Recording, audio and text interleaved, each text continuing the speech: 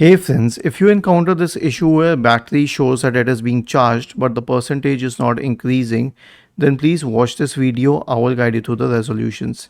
The first solution is to discharge the capacitors. Now I'll tell you the exact procedure for it. Switch off your computer. If it's a laptop, then switch off the laptop. Remove the battery, remove the power cord. If it's a desktop, then you will have to switch it off. And then basically there should be no source of power. There should be no source of power, and then press the power button continuously for 40 seconds. This will discharge the capacitors because there would still be some power left inside the capacitors. Now connect the battery or power cable or whatever you want to and start the computer, and it will fix the problem. The next solution is to update the battery drivers. I'll explain the procedure for this. Search for Device Manager in the Windows search bar and open Device Manager. Expand the list for battery drivers. Right click on the first driver and select update driver. Right click on the second driver and select update driver.